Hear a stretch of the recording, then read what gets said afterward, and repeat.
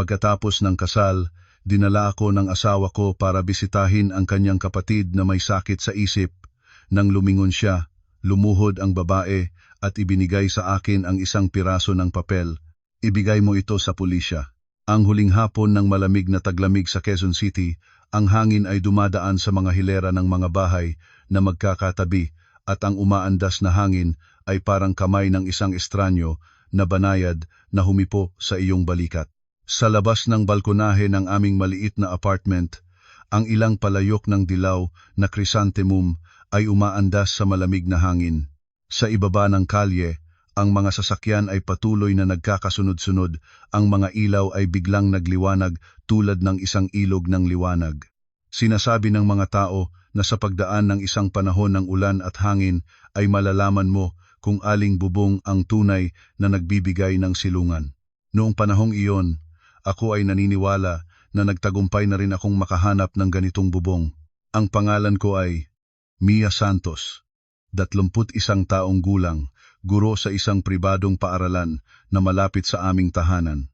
Ang aking trabaho ay hindi nagbibigay ng kayamanan, ang aking mga araw ay puno ng iyak at tawa ng mga bata, amoy ng gatas, amoy ng lugaw, amoy ng kulay na papel, at mga awiting pangbata na sa dami ng pakikinig ay naabisado ko na ng mas mabuti pa kaysa sa multiplication table.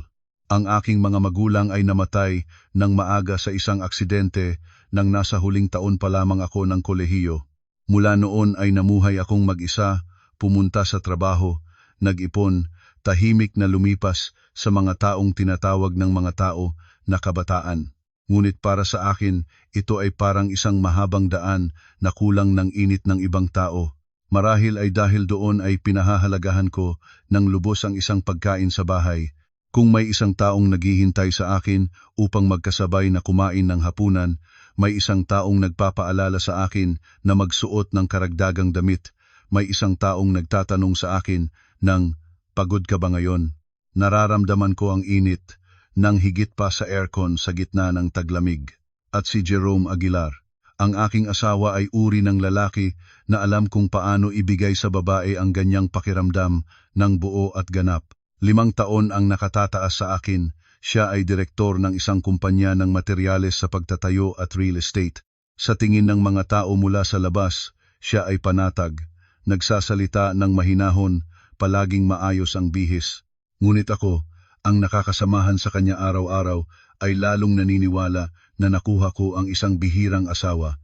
Hindi si Jerome uri ng lalaking nakaka-addict sa telepono o nagtatatapon ng lahat ng gawain sa bahay sa asawa. Marunong siyang magluto, marunong pumili ng prutas, marunong mag-abang ng oras para dalhin ang asawa sa doktor, marunong lumuhod para buklatan ang sapatos ng asawa nang ang aking tiyan ay lumalaki na. Isang hapon na umuwi ako mula sa pagtuturo, medyo pagod dahil nakatayo sa klase mula umaga. Pagbubukas ko ng pinto, ay narinig ko na ang boses ni Jerome mula sa kusina. "Nandito ka na ba? Maghilamos ka muna. Niluto ko ng sopas na manok na may lotus seeds para sa iyo." Ibinaba ko ang bag.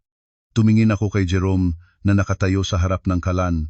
Ang mga manggas ay nakatiklop ng maayos. Isang kamay ay hawak ang sandok, at ang isa naman ay bahagyang binubukas ang takip ng palayok. Ang usok ng mainit na sabaw ay umaakyat, ang banayad na amoy ay kumalat hanggang sa sala. Karaniwang eksena iyon, ngunit para sa isang katulad ko na lumipas ang kabataan sa mga pagkaing galing sa labas at instant noodles, ito ay sapat na para palambutin ang puso. Lumapit ako, ngumiti. "Bakit ka lagi nagpapagal? Kumakain naman ako ng kahit anong bagay." Lumingon si Jerome at banayad na idinapat ang kamay sa aking noo na para bang sinusukat ang temperatura. "Hindi pwede. Buntis ka ng 5 buwan. Hindi pwedeng magsabog ng pagkain. Ang aming anak pagkatapos, kung maging maliit, sisisihin niya ang kanyang nanay." Tumawa ako. "Parang ikaw lang ang nag-aalala."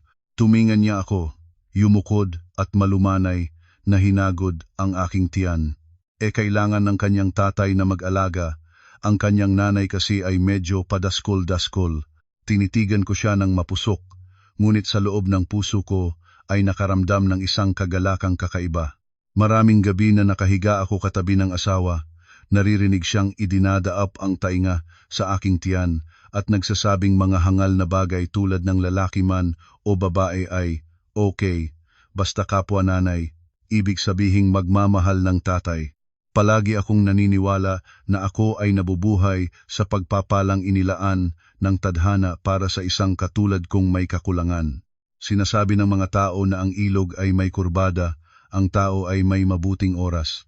Noon ay naisip ko na ang pinakamaliwanag na sandali ng aking buhay ay ang sandaling nakilala ko si Jerome Aguilar. Ngunit sa gitna ng lahat ng kabaitan na iyon ay may ilang maliliit na bagay na paminsan-minsan ay nagpahinto sa akin. Halimbawa, alam niya nang napakahusay ang lahat ng aking schedule. Anong oras akong nakalabas mula sa pagtuturo, sa aling botika ako pumunta, gaano katagal akong nakausap ang kasamahan ko. Kung kanino ako nagpadala ng mensahe sa gabi ay mukhang alam niya. Sa simula ay nakita ko ito bilang pagmamahal, sino ang hindi mamamaliw-aliw sa pakiramdam na sinusundan kang maingat.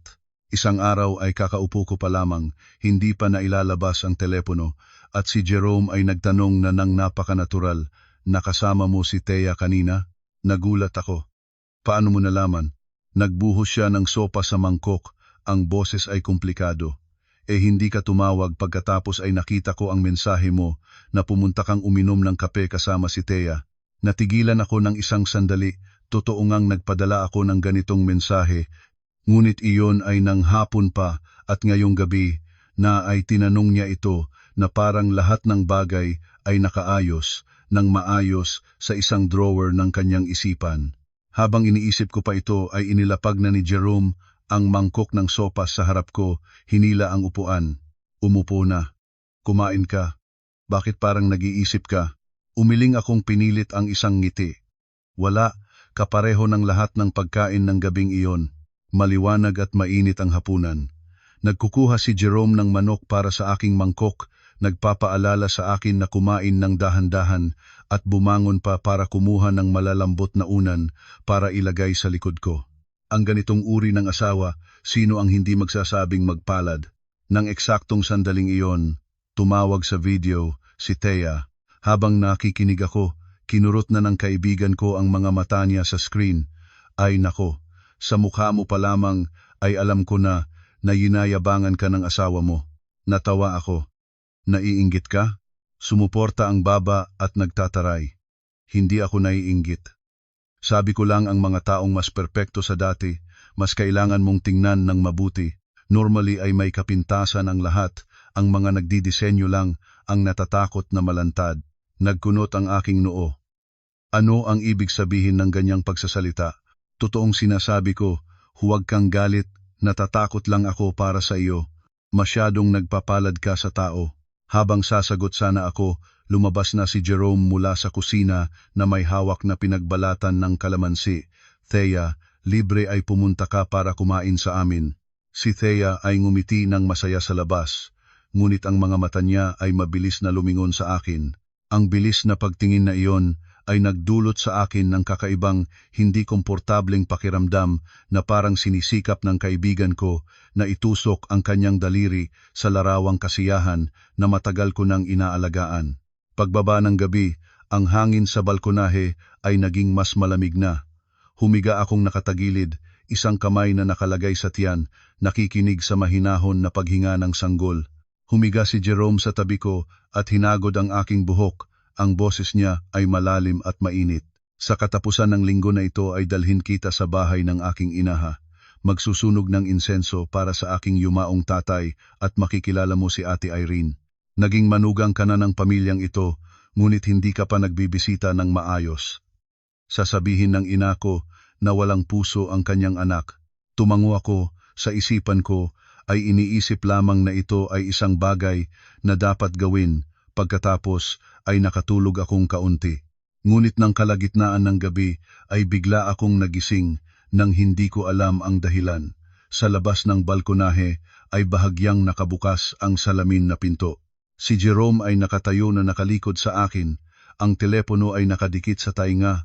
Ang boses niya ay napakababa, ngunit hindi na iyon ang malambot na boses niya kanina. Sinabi ko na, hindi pa panahon, huwag mo akong ipaaalala ng pangalawang beses. Humiga akong tahimik, biglang nagpabagal ang tibok ng aking puso. Sa labas, ang likod ng lalaking tinatawag ko namang asawa ay mahabang inimprinta sa malamig na sahig. Iyon pa rin ang katawan, iyon pa rin ang balikat, ngunit sa sandaling iyon ay hindi ko maintindihan kung bakit naramdaman ko siyang napakalayo. Ilang segundo pagkatapos, pinara niya ang telepono, isinara ang pinto, bumalik sa kama at hinila ang kumot para sa akin, napakamahinahon. Gising ka na ba? Malamig ba? Malumanay kong ipinikit ang mga mata, nagpanggap na nag-aantok pa rin.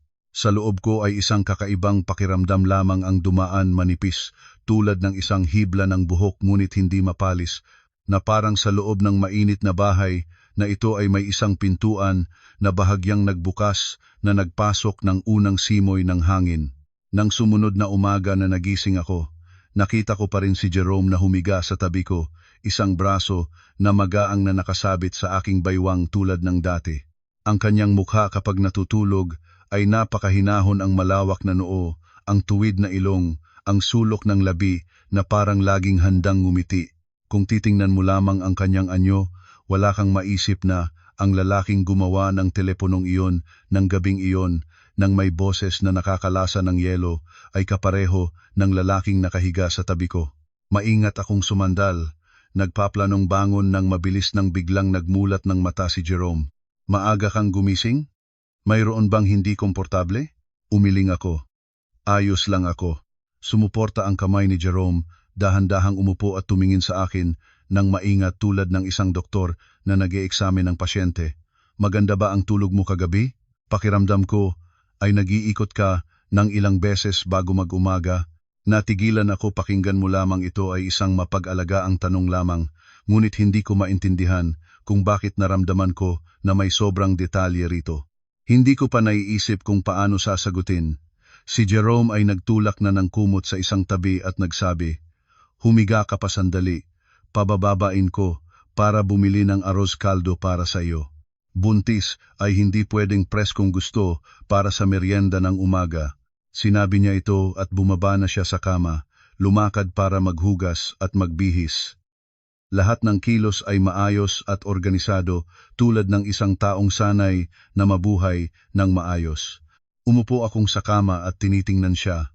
Ang isip ko ay bumabalik pa rin sa tawag sa telepono kagabi.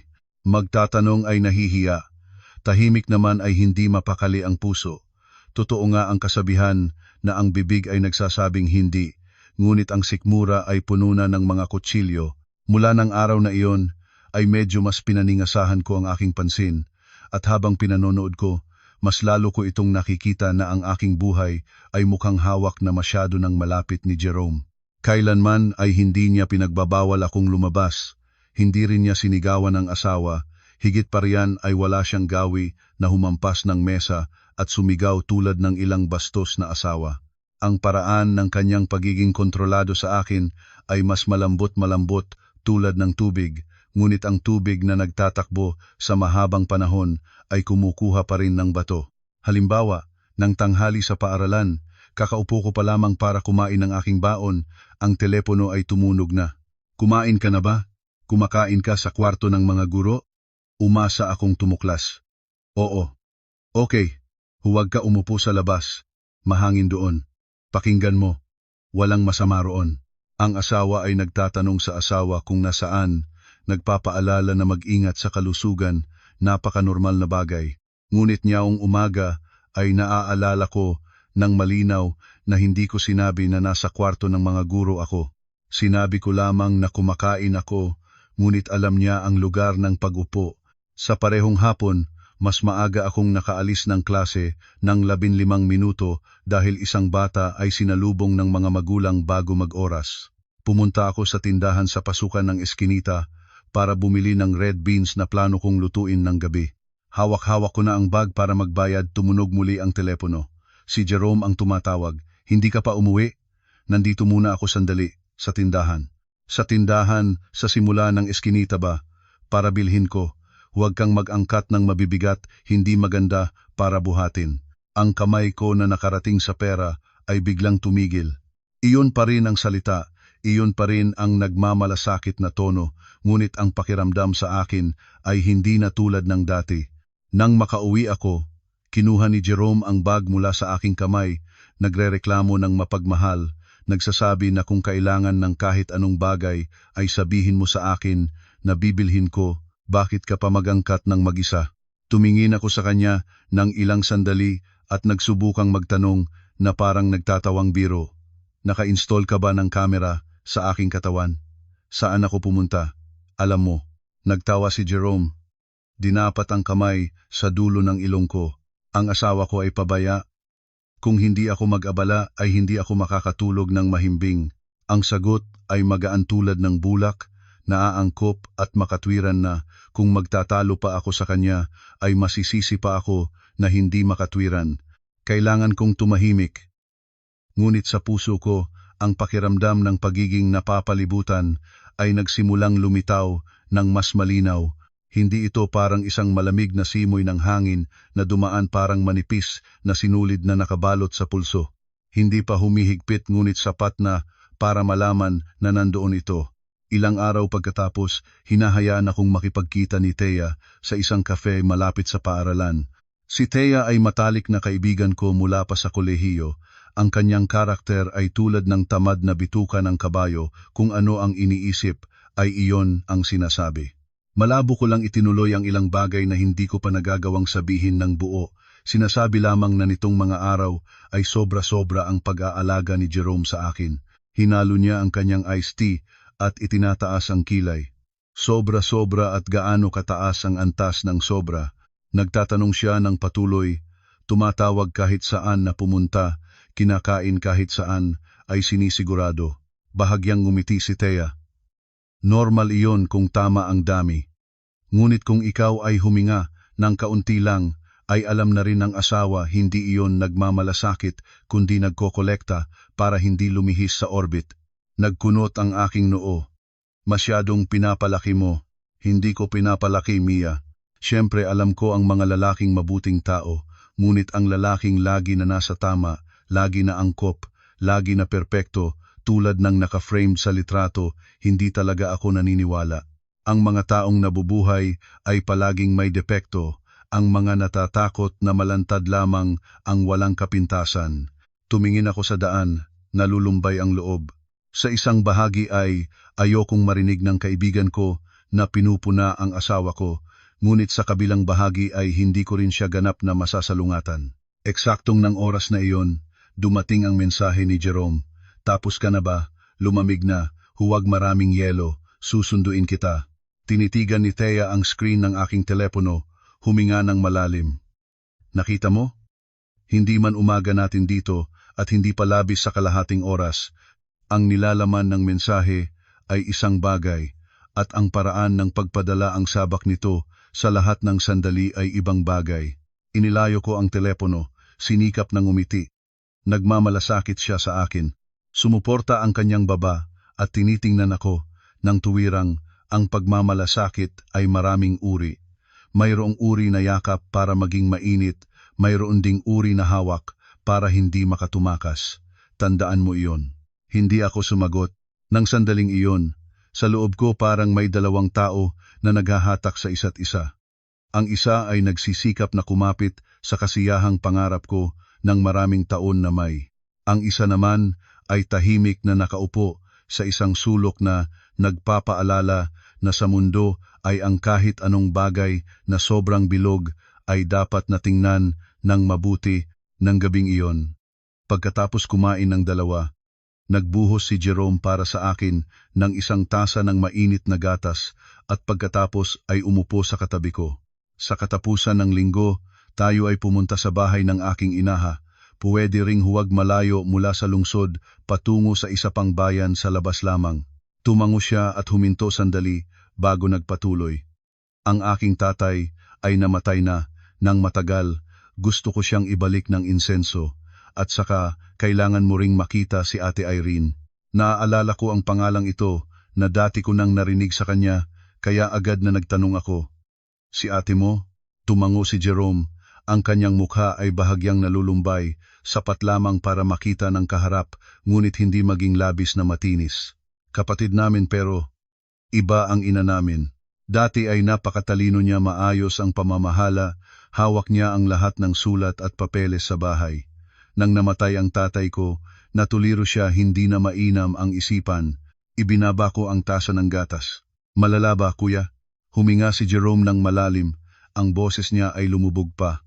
May mga oras na malinaw, may mga oras na malabo. May panahong kailangan pa siyang dalhin sa ospital para sa matagalang paggamot. Ang aking ina ay naghihirap, kailangan niyang asikasuhin ang altar para sa aking tatay habang inaalagaan si ate. Nang marinig ko ito, lumambot ang aking puso. Ang bawat pamilya ay may sariling pagdurusa. Hindi kaya ang bawat pagkakataon na banggitin niya ang tungkol sa kanilang tahanan ay may dating pagmamahal na napigilan. Hawak-hawak ko ang kamay ng asawa. Kaya sa katapusan ng linggo, samahan kita. Tumingin si Jerome sa akin ng may mainit na ngiti. Alam ko na marunong kang umunawa. Pagkatapos ay hinawakan niya ang aking kamay at inilapag sa aking tiyan, mahinahon na nagsalita. Tingnan mo ang iyong nanay na matibay, anak. Ngumiti rin ako, ngunit ang ngiting iyon ay hindi na walang muwang tulad ng dati. Sa isip ko sa sandaling iyon ay lumitaw na ang mabao na larawan ng ate sa batas na hindi ko pa nakita. Isang babaeng dating mahusay na naging may sakit dahil sa pagkamalasi ng ama. Hindi ko alam kung bakit. Sa pag-iisip lamang dito ay naramdaman ko na may nagtaglay na maulap na ulap sa aking loob. Sa katapusan ng linggong iyon, sinundan ko ang asawa ko patungo sa bahay nila. Sa puso ng isang babaeng gustong palakasin ang sarili nilang tahanan, hindi ko inakala na ang biyaheng iyon ay hindi isang ordinaryong pagbisita sa bahay, kundi ang unang hakbang na nagawa kong hawakan ang pinakamaliwanag na bahagi ng isang pamilya na sa labas ay mukhang maayos at marangal. Sabado ng umaga, Quezon City ay naghihintay ng lamig. Hindi pa umuulan, ngunit ang hangin ay basa. Ang kalsada ay makintab mula sa tubig noong nakaraang gabi. Ang mga puno sa gilid ng kalsada ay tahimik na nakatayo na parang inaantok pa. Maagang bumangon ako, pinili ang isang malawak na pulang damit na may manggas na makapal, nagsuot ng manipis na scarf at sumakay ng sasakyan kasama si Jerome. Maingat niyang binuksan ang pinto. Inakay ang aking kamay na parang natatakot na dahil sa isang maling hakbang ay bubuwal agad ako. Dahan-dahan ka lang, malagkit ang daan. Tumango ako at umupo sa passenger seat. Sa sasakyan, naghanda na si Jerome ng isang lalagyan ng mainit na tubig, ilang piraso ng tinapay na biskwit, at isang maliliit na unan para sa aking likod. Ang ganitong pagmamalasakit, kung ikukuwento mo, lahat ng makakarinig ay magsasabing mapalad ka. Mismong ako noon ay gayon ang iniisip, ngunit mula sa naging tawag sa telepono sa gabi at sa ilang beses na alam niya ng napakahusay ang aking hinarapan, sa loob ng ginhawa na nararamdaman ay may kasamang kaunting hindi mapakali na mahirap pangalanan. Ang sasakyan ay lumayo mula sa condominium complex, dumaan sa mga kalye na hindi pa masyado ang buhay, dahan-dahang lumabas sa lugar ng labas ng lungsod. Ang mga bahay ay nagiging mas bihira, ang mga bakanteng espasyo ay nagiging mas malawak, ang mga bukid pagkatapos ng ani ay umabot sa mga puting kulay gintong patag na may kasamang mga kalmang lawa na parang salamin. Ang hangin mula sa bukid ay yumuyuko sa mga damo sa gilid ng kalsada. Sa malayo ay may ilang tao na nakabalot ng scarf na nakatayo na nagbebenta ng gulay sa tabi ng isang lumang bisikleta. Tinitingnan ito at naalala ko ang kasabihang ang sariling bayan ay ang matamis na kamiyas, subalit ang aking puso ng araw na iyon ay hindi matamis tulad ng kasabihan. Nagsalita si Jerome ng panatag habang nagmamaneho.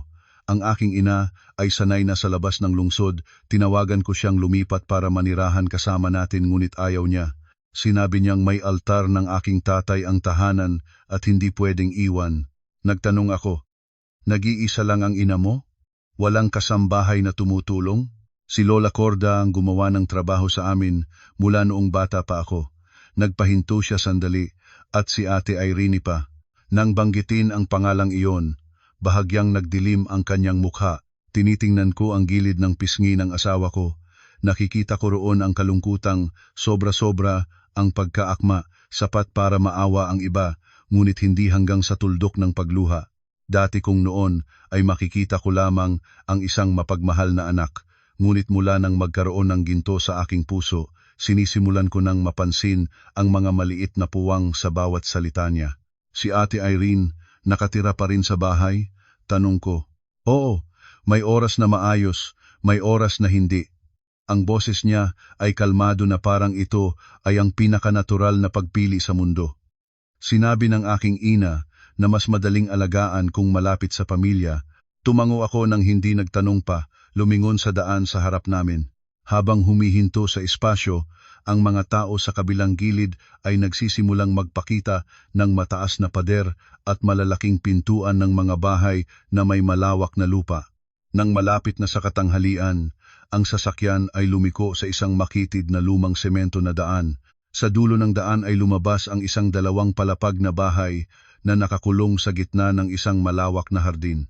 Tumingin ako sa labas ng salamin ng sasakyan, biglang humigpit ang hawak ko sa palungo ng bag. Ang bahay ay hindi gumaguhit, ni hindi ito uri ng maliwanag at mapanganib na nakita sa pelikula. Sapat pa rin ang aura nito, sapat na patunay na ito ay dating isang marangyang ari-arian. Ngunit ang dilaw na pader ay luma na, ang ilang bahagi ay may dumi ng lumot, ang mataas at mabibigat na bakal na tarangkahan ay may pintura na natititas sa mga bahagi. Ang mga halaman sa hardin ay lumago nang walang pagpipigil, mga bungkos ng niyog, hindi malinis na saging, ilang maaraw na dahon ng tisa na sabay-sabay na pinigilan ang liwanag. Kaya kahit kalagitnaan na ng araw ay may pakiramdam pa ring malamig at naiipon ang halumigmig sa loob ng bakuran. Pagtigil ng sasakyan, isang babae na higit sa 60 taong gulang ang lumabas mula sa loob ng bahay. Siya ay nakasuot ng madilim na kayumangging damit, may isinuot na manipis na damit na may wool, ang mga kamay ay nag-iikorong beads, ang buhok ay maayos na nakatali sa likod ng ulo. Ang kanyang mukha ay hindi matangos, sa kabilang banda ay may uri ng mapagpalang anyo ng isang taong sanay sa pagbibiyaya. Bumaba si Jerome una, niyakap ang aking kamay para tulungan akong bumaba. Nanay, ito si Mia. Bumaba ako. Ang magkabilang kamay ay hawak ang regalo na inihanda ko, magalang na yumukod ang ulo. Nanay, magandang araw po. Tiningnan ni Aling Gloria ang buong katawan ko. Ang tingin ay nanatili ng mas matagal sa aking umbok ng tiyan at pagkatapos ay ngumiti ng mahinahon. Oo, pumasok ka. Ang nagbubuntis ay hindi dapat tayo sa labas sa hangin ng ganyan. Ang pagkakasabi ay angkop, hindi masyadong mainit, ngunit sapat para ang isang bagong manugang tulad ko ay makaramdam ng ginhawa. Tinanggap ni Aling Gloria ang bag ng regalo mula sa aking mga kamay. Ang bibig ay nagrereklamo pa ng mapagmahal sa kanyang anak. Tingnan mo naman, ibinawa mo ang iyong asawa. Dapat mag-aabiso mo ang nanay bago pa man para makapaghanda ng maaga. Kanina ay nag-utos na lang ako kay Lola Corda na bumili ng manok sa palengke. Isang babae na halos 60 taong gulang ang lumabas, manipis ang katawan, bahagyang yumuyukod ang likod, may kasamang tubig sa mga kamay, siguro ay kakarating lang mula sa paghuhugas ng gulay. Narito na ang amo. Ang paraan ng pagsasabi ni Lola Corda ay nagpahinto sa akin sandali. Ang bahay na ito, sa pagtingin, ay mukhang may disiplina, ngunit ang tono ng si Lola Corda ay hindi uri ng sabik na tono ng isang taong masaya sa bagong tao. Katulad ito ng tono ng isang taong sanay nang yumukod ng sobra hanggang sa anumang sasabihin niya ay may kasamang kaunting pag-iingat. Ngumiti ako para batiin si Lola Corda, ngumiti rin siya ngunit tuwid na umiling at bumalik sa kusina ng mabilis. Pagpasok sa loob ng bahay, amoy ko ang banayad na pabango ng insenso, halo ng amoy ng lumang kahoy. Malawak ang sala, maayos ang pagkakaayos ng mga kasangkapan, ang kayumangging kinang na upuan. Ang display cabinet na nakadikit sa dingding na puno ng mga alaala, larawan ng pamilya, lahat ay malinis at maayos, nang halos wala ng bakas ng masalimuot na pamumuhay na karaniwang nakikita sa bahay na may sakit. Iyon mismo ang nagbigay sa akin ng kakaibang pakiramdam. Nagbuhos ng tsaa na may luya si Aling Gloria para sa akin, umupo sa harap ko at tinanong ng isa-isa, "Kumukuwento ka pa ba, iha?" Gabi ba ay nag-iikot ka ba sa kama dahil sa pananakit? Kailangan ng nagbubuntis na alagaan ang sarili, huwag magbabad ng magbabad. Sumasagot ako ng mahinahon. Maingat na nakikinig ang lola, paminsan-minsan ay tumatango. Kung titingnan lamang ang eksenang iyon, siguradong lahat ay mag-iisip na nakahanap ako ng manugang na madaling kausapin. Habang nakaupo si Jerome sa tabi ko, nang paminsan-minsang nagtatanong, "Nanay, sinabihan ko na si Mia ng maayos." Tinitigan siya ni Aling Gloria nang may ngiting kalahati at pagalit. Kung sinabihan ay sinabihan, ngunit ang mga lalaki ay hindi makakaagaw sa mga babae. May asawa ka na may anak na, bawasan mo ang trabaho, ang pera ay kahit magkano ay hindi makakabago sa maayos na tahanan at maayos na pamilya. Ang pangungusap na iyon ang nagpababa pa ng aking pag-iingat. Isang biyenan na marunong sabihin ang ganyan ay mukhang marunong sa tamang pag-uugali. Sinasabi ng marami na ang mga matanda ay madalas matuwid ang salita, sinasabi nila iyon, ngunit hindi naman masamang loob. Kaya naman, sinikap ko na kumilos ng maayos. Nang tanghali, ang lahat ay nakaupong kumain. Sagana ang hapag, may inihalang manok, may kinilaw na isda, may sabaw ng kalabasa na may buto, may pinakulo ang gulay na may sausawan. Binubuhat ni Lola Corda ang bawat putahe ng dahan-dahan, halos hindi nagpapalabas ng tunog. Ang biyenan ay patuloy na nagkukuha para sa akin. "Mia, kumain ka pa ng konti. Ang nagbubuntis ay kailangan kumain para maging malusog ang baby." Kasabay ng pagpapasalamat ko at ng pagsisikap na kumain ng natural, mula sa simula ng pag-upo ko sa mesa, ay napansin ko na sa malawak na bahay na iyon ay kulang ng isang uri ng init na mahirap ilarawan. Walang tunog ng radyo, walang mainit na usapan ng pamilya, at wala ring malakas na kaingay na karaniwang marinig kapag maraming bumabalik na kamag-anak. Ang marinig lamang ay ang mahinahon na tunog ng mga plato at baso, ang pantay na pagsasalita ni Aling Gloria at si Jerome na panatag tulad ng lagi.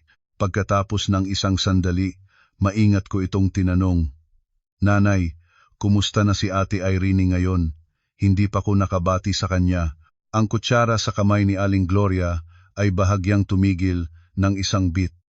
Si Jerome na nakaupo sa tabi ko ay tumigil din ng ngunguya, sandali lang, ngunit malinaw kong nakita. Pagkatapos ay huminga ng malalim si Aling Gloria at ibinaba ang plato. Kawawa talaga iyang bata.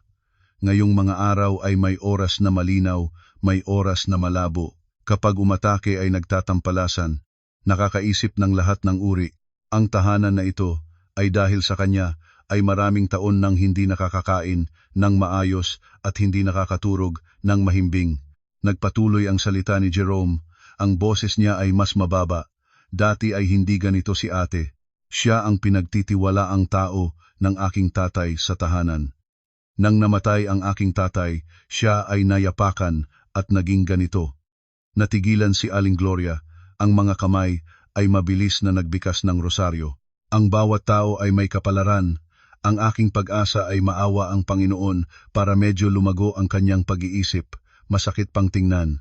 Nang marinig ito, lumubog ang aking loob. Ang kwentong nasa harap ko ay mukhang malinaw. Isang pamilya na dumaan sa trahedya, isang ama na namatay, isang anak na babae na gumuho dahil sa pighati, isang matandang ina na kinakailangan ngayon na alagaan ang anak habang nag-aalaga ng mesa ng patay. Lahat ay makatwiran, maayos ang ugali, naaayon pa sa uri ng pagmamahal na isinasalaysay ng mga tao sa isa't isa tungkol sa pagpapahalaga, sa pagmamahal sa pamilya. Ngunit eksaktong ng oras na iniisip ko na huwag nang magtanong pa, mula sa isang direksyon na napakababa at napakamalabo na parang bumangon mula sa ibaba ng sahig o sa isang nakatago nitong sulok ng bahay. Biglang tumunog ang isang tunog na tuyo, isang mahabang pagguhit. Ang tunog ay maikli, ngunit sapat para maging malamig ang aking mga kamay. Hindi ito katulad ng tunog ng hangin ni ng tunog ng pusa o aso na kumakamot sa pinto. Katulad ito ng tunog ng isang mabibigat na bagay na kinuha at inihumay sa semento at biglang huminto. Itinataas ko ang ulo at si Jerome, ay agad na tumingin sa akin. Bakit, iha? Nakinig pa ako ng sandali at pagkatapos ay mahinahon na nagtanong, Kuya, narinig ba natin ang isang bagay? Nakaupo sa harap ko si Aling Gloria. Ang mukha ay kalmado, tulad ng patag na tubig na walang alon. Sigurado na hangin iyon. Malawak ang bahay, maraming bintana, kung minsan ay may tunog ng humahangos na nakakakilig ka boses. Si Jerome ay nagkuha ng karne ng manok para sa aking plato. Ang boses ay magaan. Kumain ka na. Sa labas ay sobrang tahimik kaya madali kang maakit ng lahat ng bagay. Kinuha ko ang kutsara, ngunit ang palad ng aking kamay ay naging malamig na. Iyon pa rin ang salita, iyon pa rin ang nagmamalasakit na tono, ngunit ang pakiramdam sa akin ay hindi na katulad ng dati. Nang tanghali pagkatapos, si Jerome ay nagdala sa akin sa kwarto sa ikalawang palapag para magpahinga. Malawak ang kwarto, maayos ang mga kumot, ang bintana ay nagbubukas sa hardin na puno ng mga halaman. Sa ilalim ng tanghaling araw ay nakaramdam pa rin ng kalamig. Hinila niya ang kurtina para bawasan ang liwanag at lumingon para magbigay ng babala. Matulog ka sandali, matagal kang nakasakay, at matagal kang nakaupo pagod ka. Umupo ako sa gilid ng kama, nagpanggap na mabait na tumango, ngunit ang bibig naman ay nagtanong, Kuya, gusto ko sanang makita si Ate Irene. Mahinahon na, lumingon si Jerome, napakamahinahon. Sinabi ko nang sa ibang pagkakataon na lang, ngunit ang pagbabalik ko ay para maging manugang, walang nabating ate ay mukhang walang respeto. At gusto ko ring malaman ang kalagayan ng ate para marunong akong makitungo. Tumingin si Jerome sa akin ng ilang segundo. Ang sulok ng labi ay nagtatago ng ngiting may tiyaga ng isang asawang kumukonsulta sa asawa. Mia, may mga bagay na hindi mo pagganap na nalalaman. Natatakot lang akong makita mo at matakot ka.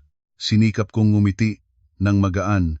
Guro ako sa maliit na paaralan, umiiyak, nagsusuka, nagraranapla, ang mga bata nagtitiis ako pa rin. Wala akong ikatatakot. Ang pangungusap na iyon ay mukhang biro, ngunit ang hangin sa kwarto ay biglang naging mas maigting. Si Jerome ay lumakad papalapit, umupo sa katabi ko, pinagpatong ang kanyang kamay sa likod ng aking kamay. Hindi katulad doon, Mia. Si Ate Irene kapag umatake ay napakamarahas. Natatakot ako para sa iyo. Malumanay na inalis ang aking kamay, titingin lang ako mula sa malayo. Ngayon din, mula sa ibaba ng bahay, ay may tunog na hindi ko maintindihan ang pinagmulan. Nang oras na iyon, mula sa ibaba ng isang palapag ay tumunog ang isang mahinang tunog na parang metal na nahanggaan ng bato, isang maigting na tunog. Kami ni Jerome ay kapwa nakarinig. Ang mga mata ko ay tiningnan ng diretso ang asawa ko.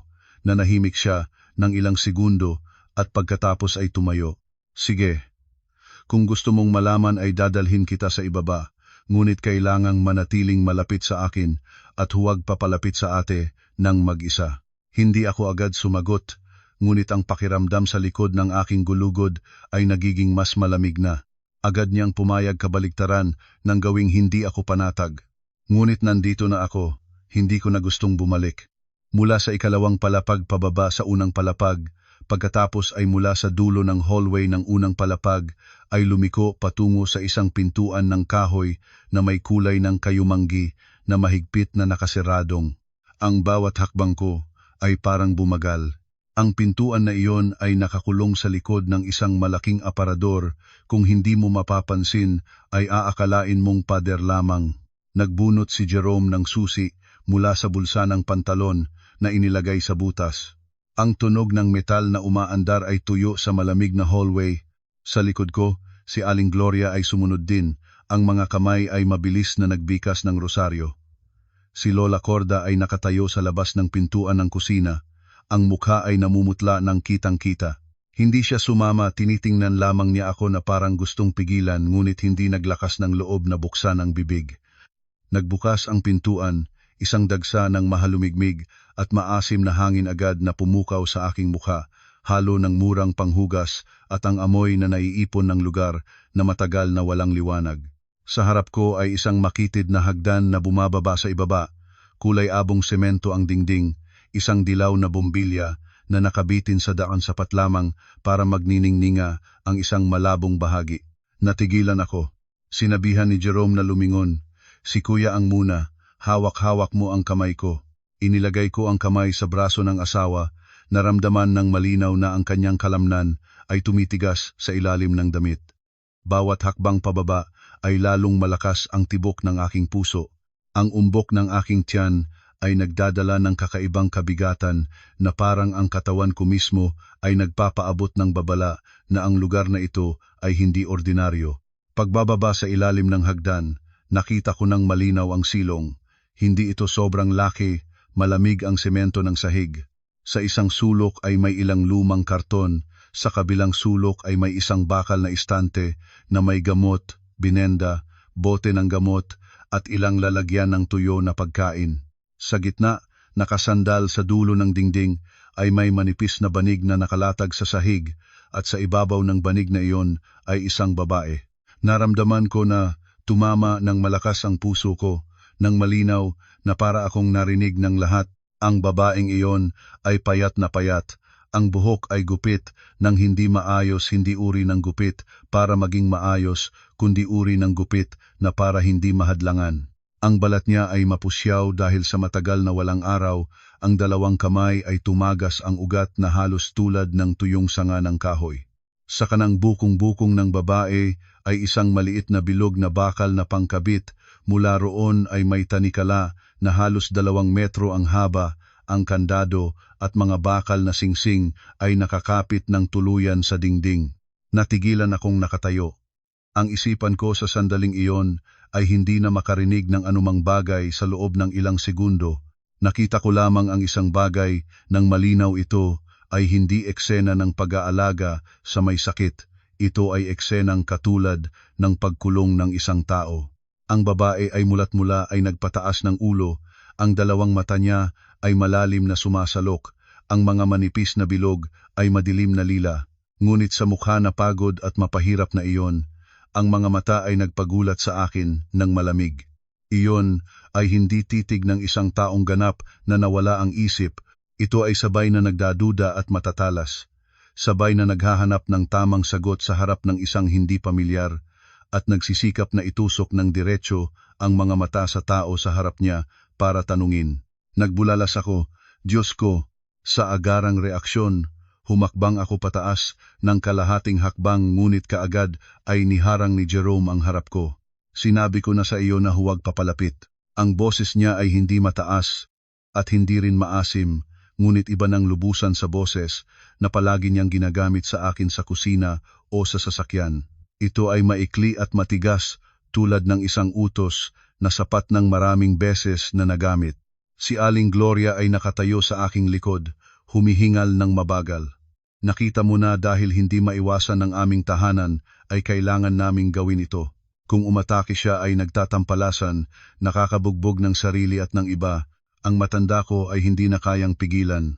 Lumingon ako sa biyenan ko, ang labi ko ay naging tuyot na. Ngunit bakit nakatali ang paa ni Ate Irene? Nagbukas ng malalim na hininga si Aling Gloria at ibinaba ang plato ng malumanay, ang mukha ay may kalumbayan na gulod. Kung hindi nakatali, ay paano mapipigilan? Noong isang pagkakataon, tumakas siya sa labas ng kalagitnaan ng gabi. Walang tsinelas, ang buhok ay gusot, nakita ng mga kapitbahay at naging usap-usapan. Mananatili pa ba ang aming mukha, iha? Ang huling salita ng biyenan ko ay napakababa ngunit dito ko pinakanapansin. Hindi ang pagiging mapanganib nito sa kanyang sarili, at hindi rin ang pagkatakot ng ina na mabubugbog ito ng sasakyan, kundi ang mananatili pa ba ang aming mukha. Hindi pa ako nakapag-isip pa nang mas marami nang nagsikap na gumalaw ang babaeng nasa ilalim ng banig. Inaangat ng babae ang 2 kamay, nakatayo ng mas tuwid. Ang mga tanikala sa ilalim ng paa niya ay nagbayad ng isang maingay na tunog. Ibinaling ang tingin niya sa akin, binabanggit ang kanyang titig at hindi pumipigkel. Kung nang tumingin siya sa akin, ay mayroon pa rin na kaunting pagmamasid.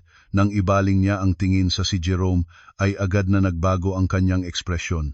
Kung sa tingin sa akin ay may pagtatanong at kahihinan, sa pagtingin sa si Jerome ay ang mga mata niya ay biglang nagkubli na naging isang takot at galit na lubos ang kailaliman. Nagangat ng mata ang babae at nagtanong si Jerome ng napakababa, "Ate Irene." Ang babae ay hindi sumagot. Patuloy lang siyang tinitingnan ang nakababatang kapatid. Ang labi niya ay gumagalaw ngunit walang lalabas na tunog. Ang labi niya ay nainat na tuyo. Ang sulok ng bibig ay may lumang piling na tuyo na. Hindi ko na kayang tiisin. Lumingon ako at nagtanong.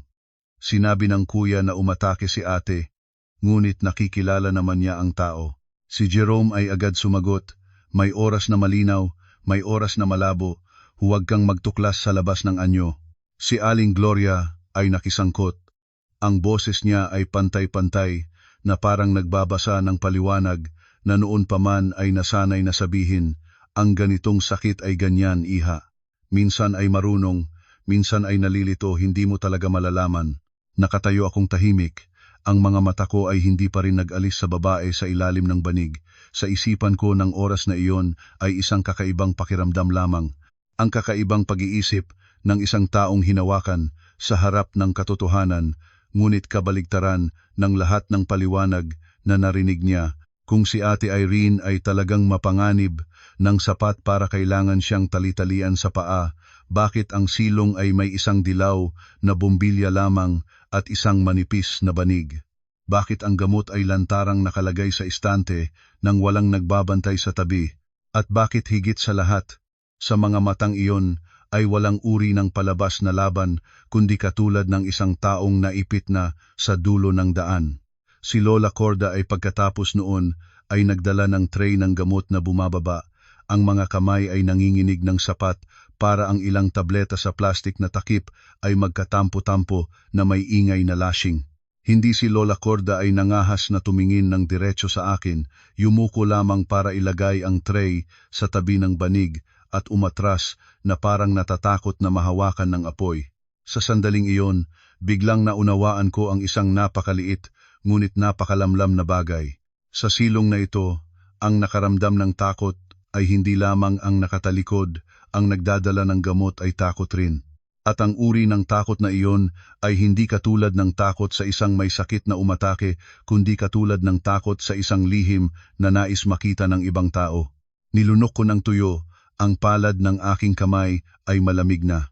Napagtantong noon, ang sakit ng babaeng ito na nakatali sa silong ay hindi katulad ng simpleng kwento ng bawat pamilya na may sariling pinakamalungkot na bahagi. Ito ay isang malaking bitak sa gitna ng tipon-tipong bahay na ito. At alam ko na mula sa sandaling nakita ko ang babaeng ito na nakatali sa ibaba ng sahig, hindi na ako maaaring maging ang walang malay na manugang ng umaga nang pumasok ako sa bakal na tarangkahan. Nakatayo akong malapit sa gilid ni Jerome, ngunit ang mga mata ko ay hindi pa rin nag-alis sa babae sa ilalim ng banig. Ang pagitan sa akin at kay Ate Irene ay halos 2 hakbang lamang, ngunit parang may kapal na salamin na naghihiwalay sa amin. Malinaw kong nakita ang mga pilat ng bakal sa bukong-bukong ng babae na nag-iwan ng kulay pula na lumang pilat. Nakita ko ang 2 tuhod na payat at manipis, at nakita ko ang damit na wool na suot niya na ay nahuhulugot na sa manggas.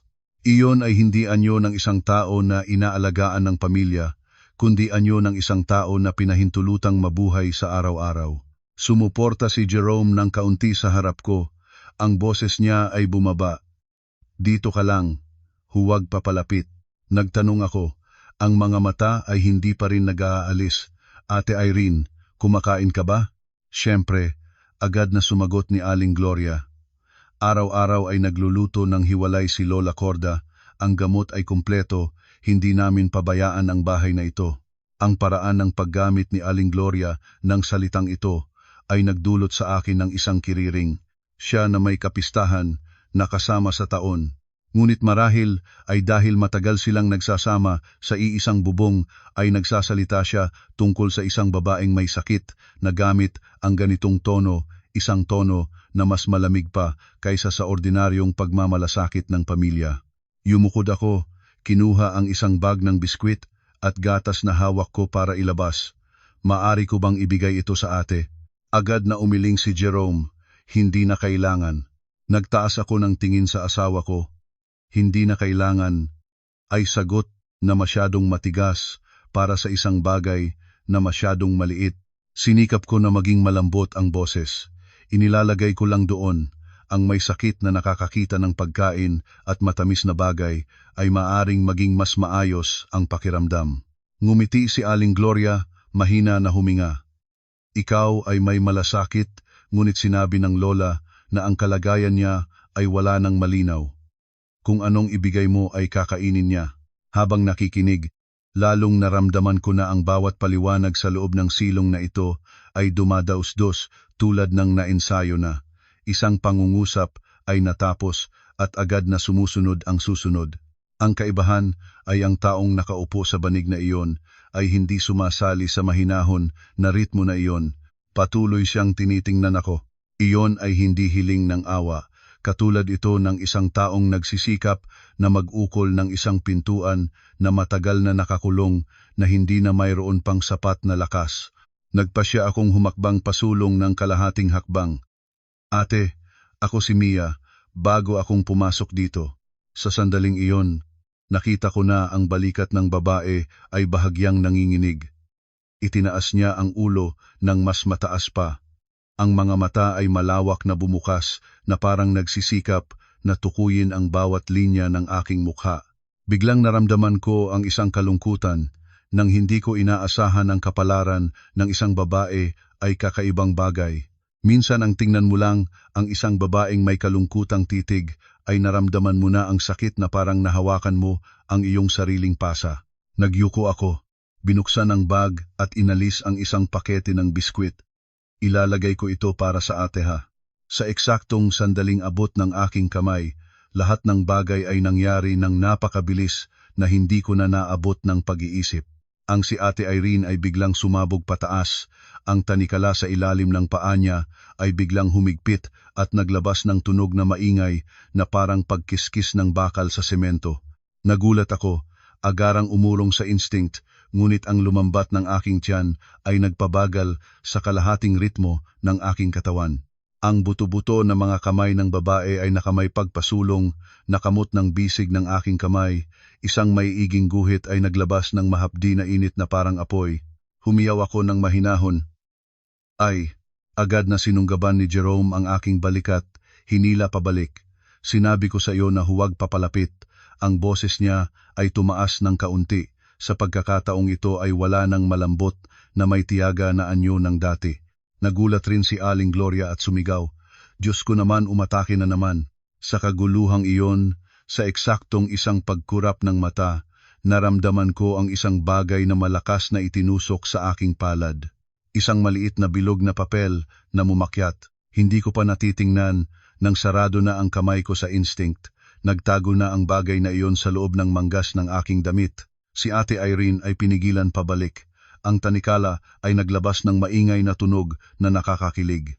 Ang babae ay lumaban, hindi nang tulad ng nagsasalita ng galit na nawala ang isip, kundi tulad ng isang taong nagsisikap na kumapit sa kahit anong huling pagkakataon. Ang labi niya ay gumugulo at naglabas ng isang pangungusap na napakababa na kung hindi ako nakatayo, nang malapit ay hindi ko mainasal. Huwag kang maniniwala sa kanya. Natigilan akong parang nahanggaan ng kamay. Hindi iyon sigaw ng galit, ni walang katuturang paulit-ulit na salita ng isang nawala ang isip. Iyon ay isang malinaw na babala, may malinaw na salita, malinaw ang layunin, at nakatutok ng diretso sa akin. Kaagad pagkatapon, si Lola Corda ay nagmamadaling may dalang gamot. Si Aling Gloria ay kumakusog. Mabilis na, bubugsikain ang iba ngayon. Lumingon si Jerome sa akin, ang mukha ay nagtitigas. Mia, pumunta ka sa taas kaagad. Pilit pa rin akong nakatingin kay Ate Irene, pabilis ang tibok ng aking puso. Si ate ay pinigilan na nina Jerome at Lola Corda, ang buhok ay gumalong pababa sa mukha, ang hininga ay mabilis na pataas. Ngunit bago siya pinigilan na lumakit ng gamot, nagsisikap pang magangat ng ulo si ate para tumingin sa akin ng isa pang beses. Iyon na titig ang nagpalalamig sa akin mula sa batok pababa sa talampakan. Iyon ay desperado, hindi katulad ng ekspresyon ng isang taong umatake, kundi katulad ng isang taong malapit ng lublob, nagagawa pang umabot ng huling pagkakataon para humingi ng saklolo. Inakay ako ni Jerome palabas ng silong halos kaagad. Nagsara ang pintuan ng kahoy sa aking likod, isang maigting na tunog na hindi malakas ngunit mabigat. Pagdating sa sala, ang mga paa ko ay nanginginig pa rin. Isinuot ng biyenan ang kaunting pansasaktan para sa aking pilat na kamay at pagkatapos ay nagsimulang magsalita ng nagpapaliit ng kasalanan. Talagang hindi ko inakala na umatake si ate ngayon.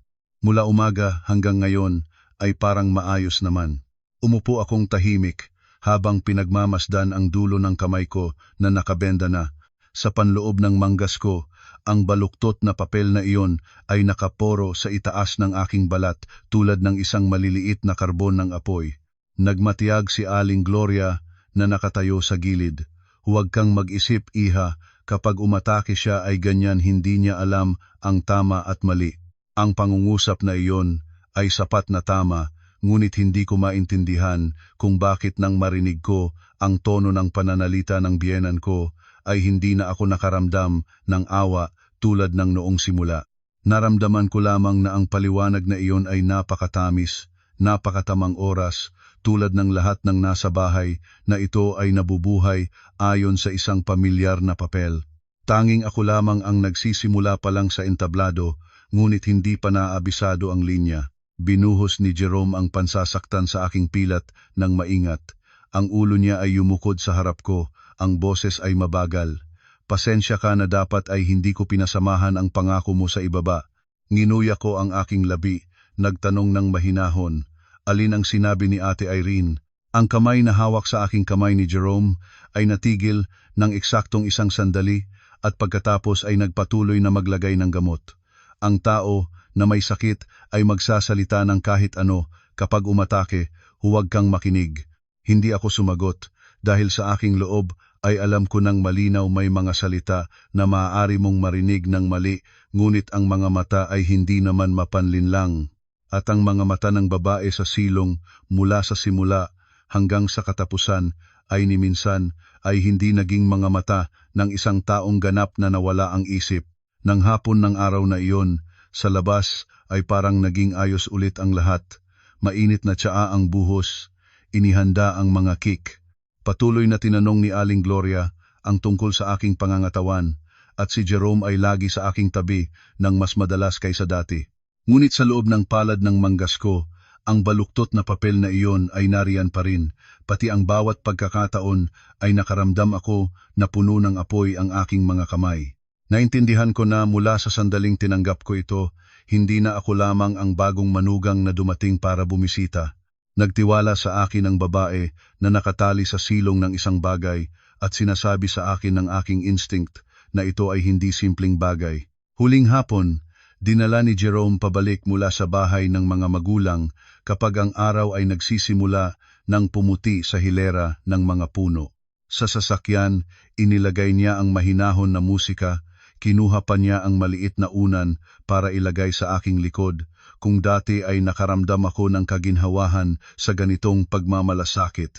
Ngunit pagkatapos ng nasaksihan ko sa silong, ang bawat maingat na kilos niya ay nagbibigay sa akin ng pakiramdam na katabi ko ay isang taong may dalawang mukha at nakita ko na lamang ang kabaligtaran nito. Lumingon si Jerome at tumingin sa aking banded kamay. Ang mukha niya ay may kasamang pagod ng pagkakasala. Masakit pa rin. Mahinahon akong sumagot. Medyo nangalis na. Huminga siya ng malalim. Ang boses ay may kasamang pagod. Hindi ko inisip na ngayon ay umatake si ate ganoon. Mula umaga hanggang ngayon ay parang nag-aalala pa rin ako. Lumingon ako sa labas ng bintana, ang mga bukid sa gilid ng kalsada ay dumaan ng mabilis pabali, kulay abo sa ilalim ng ulap na langit ng taglamig. Sa isip ko, ang larawan ni Ate Irene ay malinaw pa rin, ang bukong-bukong na binibigkisan ng tanikala, ang mga matang tuyo at ang pangungusap na naputol. Mahinahon kong nagtanong na parang kaswal lamang, "Kuya, si Ate Irene noon ay madalas na nakakilala ng mga pamilyar na tao?" Si Jerome ay sumagot ng mabilis, "Kapag malinaw ay oo, kapag malabo ay hindi." "Bakit natanong mo?" Nakita ko na tinitingnan niya ako ng malakas, parang natakot.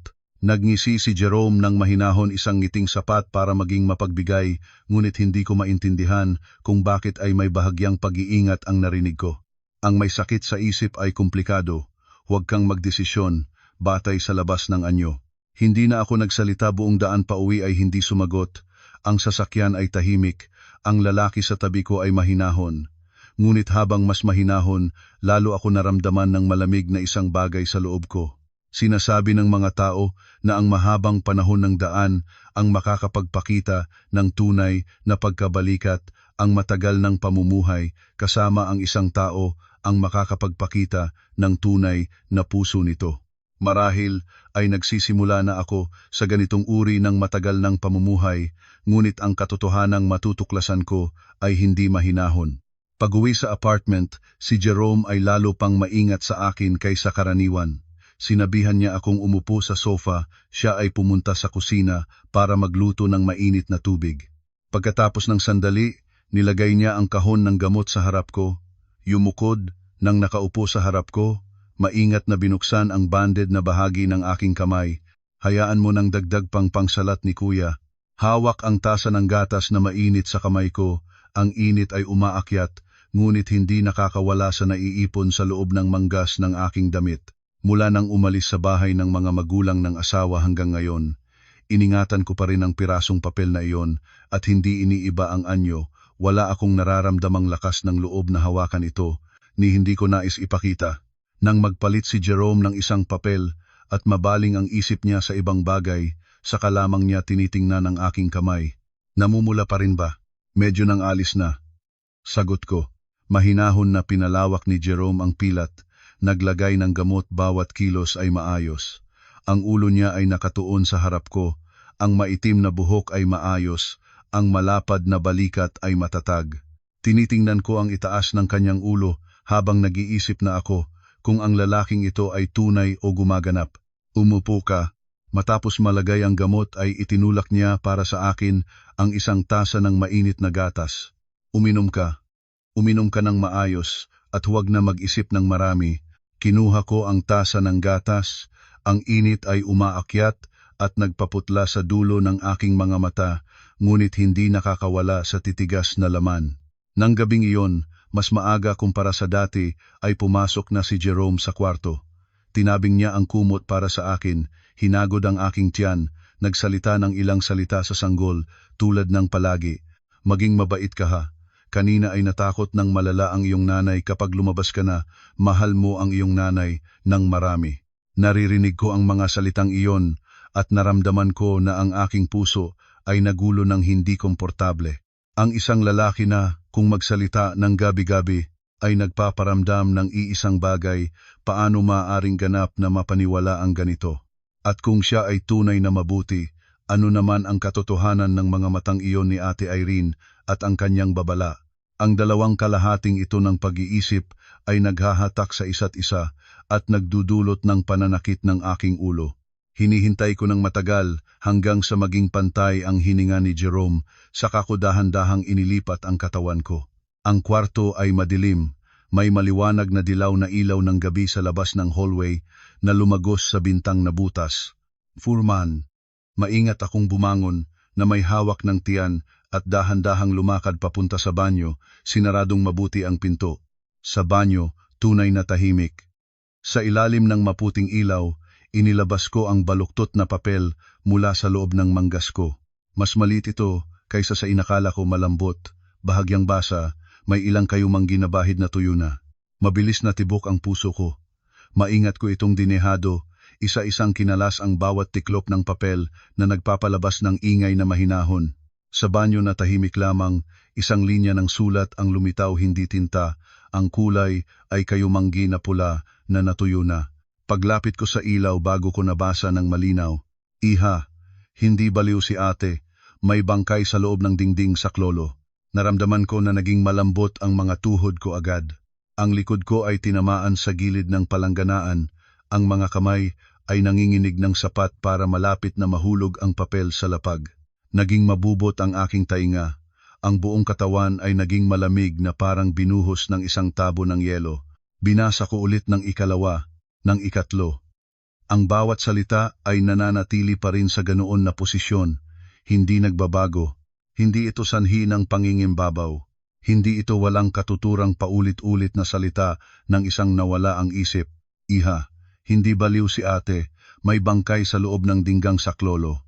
Tatlong kahulugan na ito, tulad ng tatlong martilyo na tumama sa aking ulo. Lahat ng nangyari sa silong, ang titig ni Ate Irene, ang kilos ni Aling Gloria at Jerome, ang tahimik na takot ni Lola Corda, lahat ay biglang nag-ugnayan at naging isang malamig na sinulid na nakabalot sa aking leeg. Iniangat ko ang kamay at tinakpan ang aking bibig. Pinilit na huwag maglabas ng mabilis na hininga sa banyo na tahimik.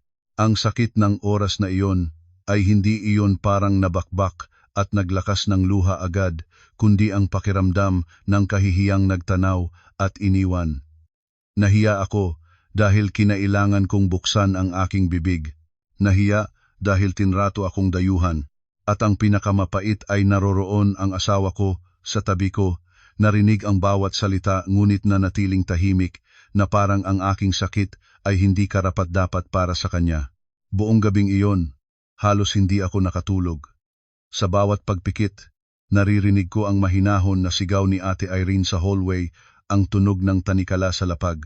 Naririnig ko ang aking sariling boses na umuulit sa aking ulo. Hindi ko makikita ang aking tahanan dito. Kinabukasan ng umaga ay gising na ako ng mas maaga kaysa sa palagi. Nakita ko si Jerome na nakaupong sa hapagkainan mula kailan pa. Sa harap niya ay isang tasa ng mainit na kape na lumamig na at ang kanyang telepono ay nagiging maliwanag, patuloy na nagpapalabas ng mensahe. Nagsimula ring magbihis si ate, ang mga mata ay may bahagyang maputlang tagukin ngunit nagsisikap pa ring maging normal. Hindi natulog si tatay? Tanong ni ate. Ngumiti ng mapait si Jerome. Natulog naman. Inilabas ko ang upuan at umupo walang nagsalita. Ngunit kami nating tatlo ay nauunawaan na ang bagyo ay hindi pa tapos. Nagbago lamang ang direksyon nito. Nagring ang aking telepono ang nanay ko na tumatawag mula sa Batangas. Maraming nangyari kagabi, ha anak? Narinig ko tinawagan nila ang iyong biyenan. Nagpinikit ako ng ilang segundo. Ikukuwento ko sa susunod. Ngunit ngayon ay hindi na ako magtitiis, nanay. Nanahimik ang nanay ko ng sandali at pagkatapos ay mahinahon na huminga. Alam ko kailangan mo lang na maghanda ng isip. Ang ganitong uri ng tao ay hindi basta susuko. Binara ko ang telepono, lalo pang naging mabigat ang aking puso. Totoo naman hindi pa lumipas ang kalahating oras, nagring na naman ang telepono ni Jerome. Ang ate niya, si Ate Patricia. Hindi ko sinikap na makinig, ngunit malakas ang boses ng babae sa kabilang dulo, kaya kahit nasa kusina ako, ay narinig ko ang bawat salita. Jerome, nagsobra ka na. Matanda na si nanay, hayaan mong dalhin ni nanay ang maleta sa kalagitnaan ng gabi. Nakatingin ang mga kapitbahay, ano na ang hitsura natin. Nagpahid si Jerome ng noo. Ate, hindi ka nakatira sa aming tahanan, hindi mo alam ang nangyayari. Hindi ko alam ang ano? Ano man ito, si nanay pa rin iyon. Kahit gaano kakagalit, hindi mo pwedeng hayaang lumayas si nanay ng ganoon. Tumingin ako kay Jerome. Ang mukha niya ay naging matigas. Kung gayon ay sunduin na ni ate si nanay para manirahan sa bahay ni ate. Nang marinig iyon si Ate Patricia ay tumahimik ng ilang segundo sa kabilang dulo at pagkatapos ay mabilis na nagsalita. Ang tahanan ni ate ay may kanya-kanyang kalagayan. Si ate ay may asawa at mga bata. Abalang-abala ang trabaho. Nagbara si Jerome at ibinaba ang telepono. Ang kusina ay naging tahimik. Tinitingnan namin siya ni ate, ngunit walang nagsalita.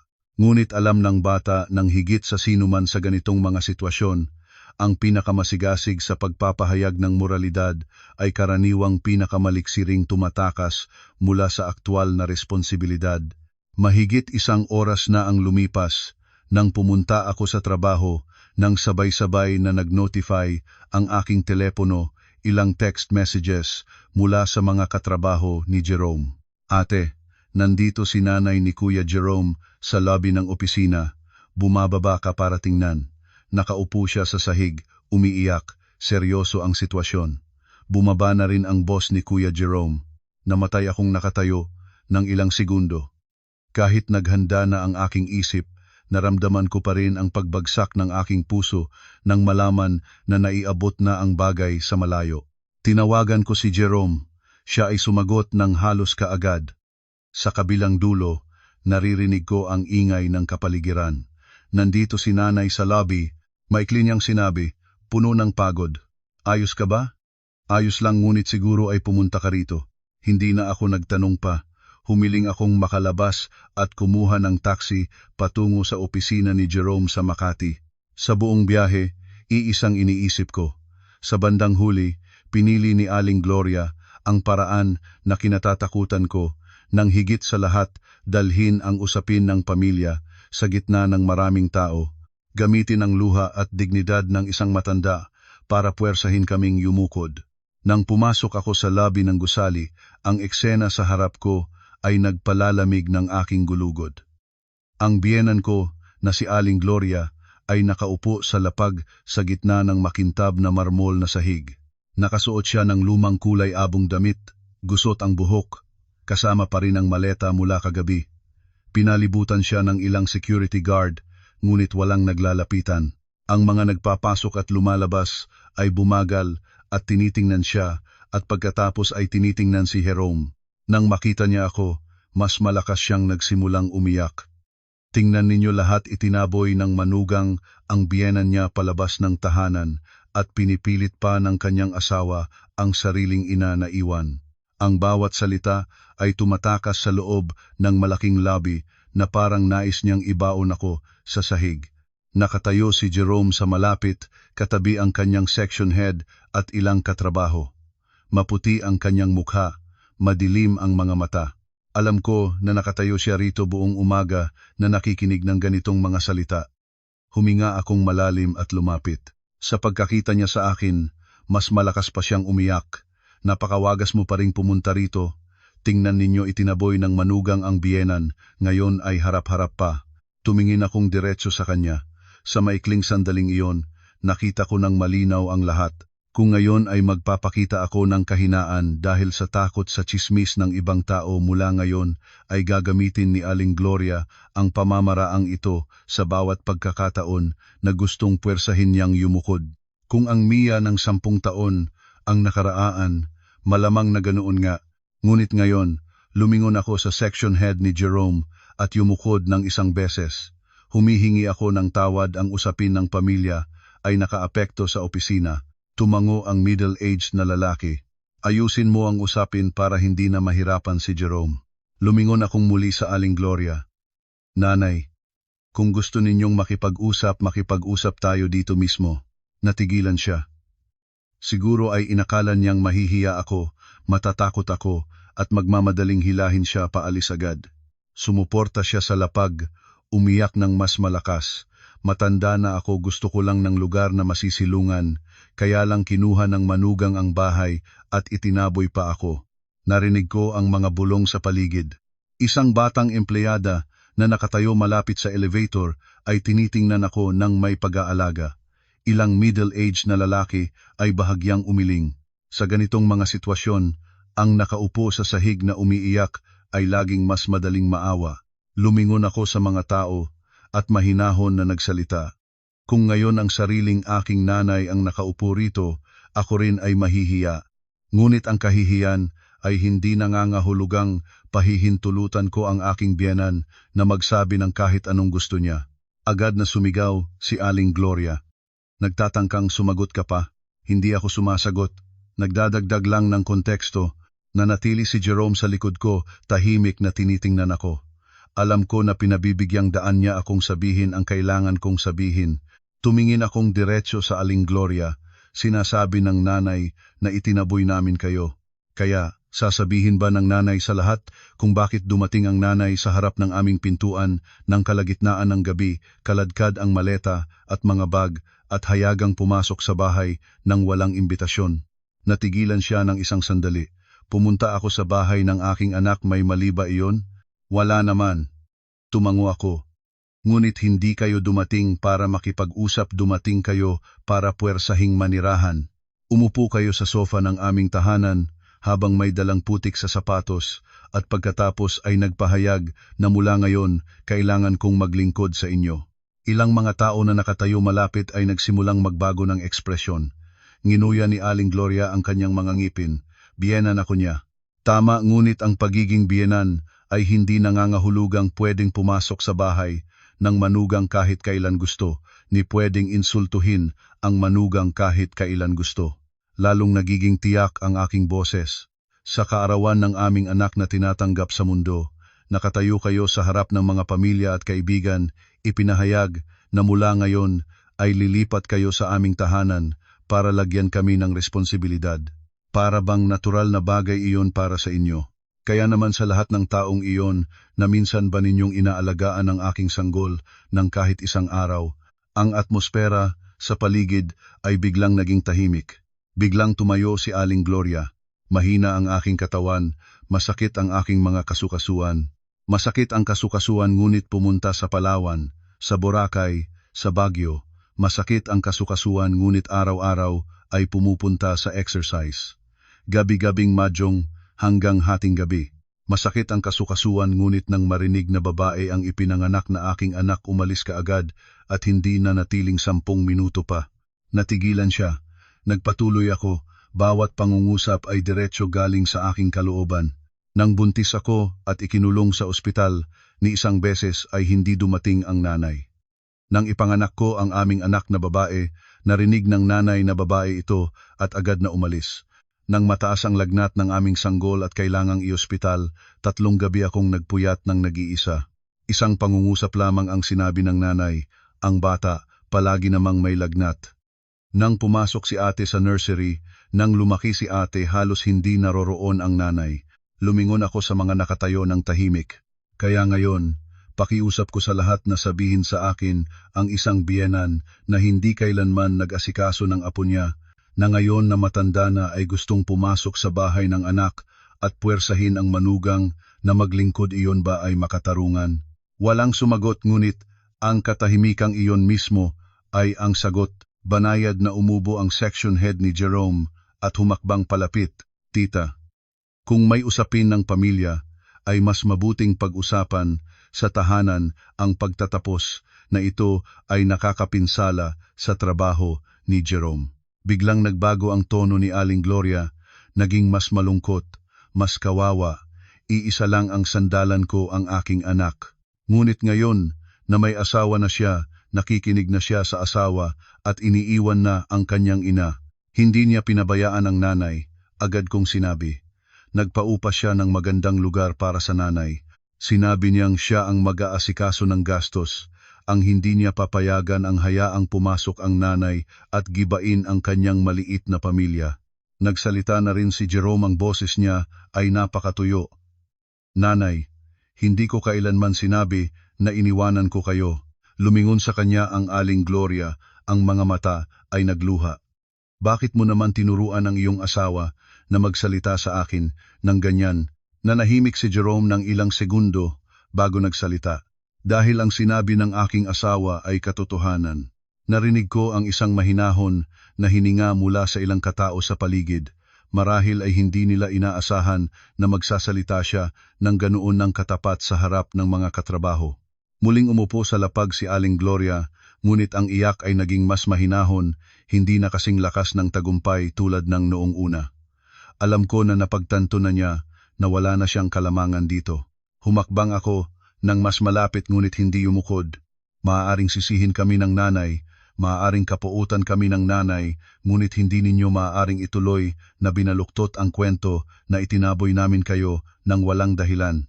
Hindi namin kayo pinabayaan, tinanggihan lang namin ang pagpayag sa nanay na makontrol ang aming buhay. Tumingin sa akin ang Aling Gloria, ang mga mata ay puno ng sama at kalituhan. Ang tingin na iyon ay nagpapaliwanag sa akin na ang bagay na ito ay hindi dito matatapos. Ngunit kahit papaano, ngayong umaga sa gitna ng maraming tao, hindi ako yumukod at nang makapatayo na akong tuwid, alam ko na hindi na ako uupo pabalik.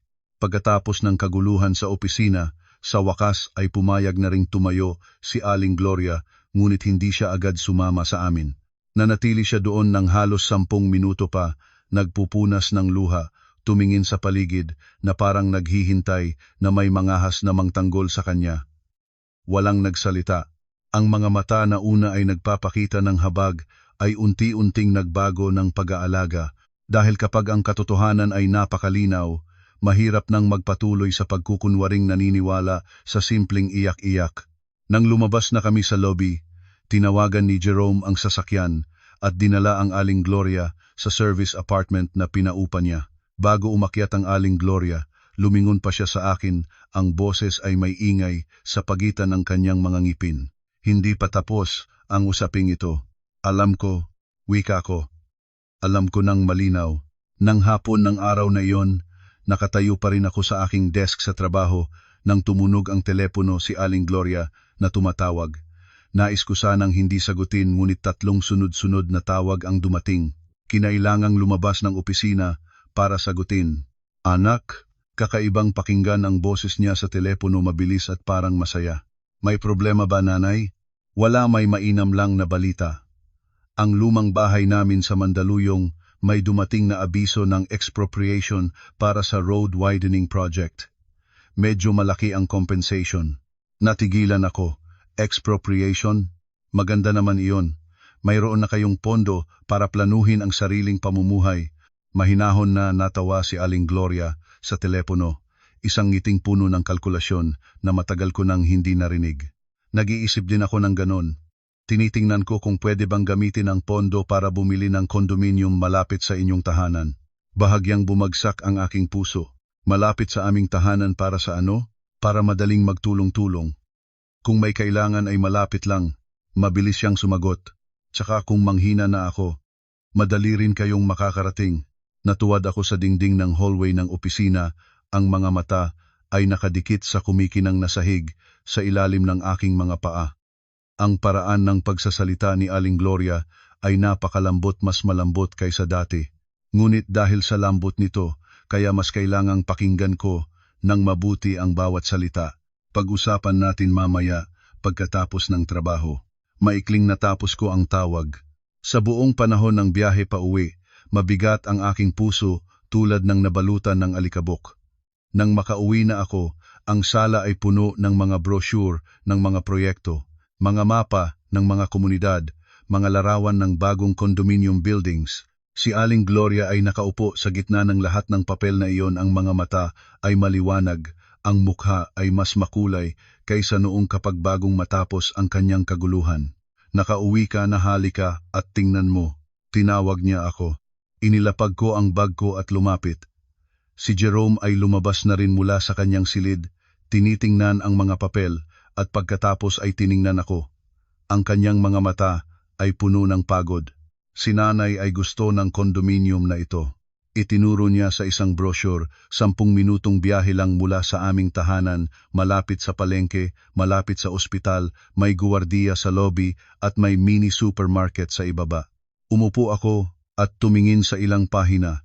Lahat ay mga bagong proyekto, hindi mababang presyo. Sa halaga ng compensation, kung pipili ng katamtamang laki, sapat. Ngunit kung pipili ng malaki, tulad ng iminumungkahi ni Aling Gloria, 2 silid tulugan ay sapat para sa nanay. Sinabi ko, tumingin si Aling Gloria sa akin. Mas malaki ay mas komportable naman, tsaka malaking kwarto ay maganda kapag pumunta ang mga apo. Tumingin akong diretso sa kanya. Ang mga apo na pupunta sa inyo ay ibang bagay kaysa sa pagbili ng bahay para sa kanila. Agad na sumangot si Jerome ng mahinahon at matiyaga.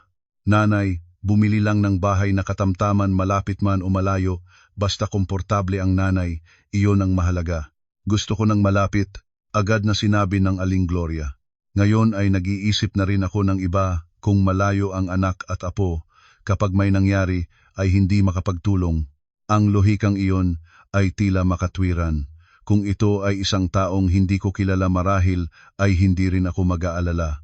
Ngunit hindi ako estranyo. Ako ang taong nanirahan ng sapat sa ilalim ng mga pariralang para sa kaginhawahan, para sa tama, para sa wastong tungkulin. upang malaman na sa likod ng mga ito ay maaaring may malambot na bitag na hindi mo mahalata hanggang mahigpit na siyang sumisikip. Nang gabing iyon nang nakaalis na si ate para mag-aral sa kanyang silid, inakay ni Aling Gloria ang kanyang upuan nang mas malapit at ibinabas ang kanyang boses na para bang nagtatawag ng matapat na usapan. May iniisip pa rin ako. Tumingin siya sa akin. Kung ang pinakagusto ko at medyo kulang ang compensation, maaari ba kayong magpahiram ng kaunti? Magkano ang kaunti? Tanong ni Jerome. Iniwasan ni Aling Gloria ang kanyang tingin. Baka mga 300.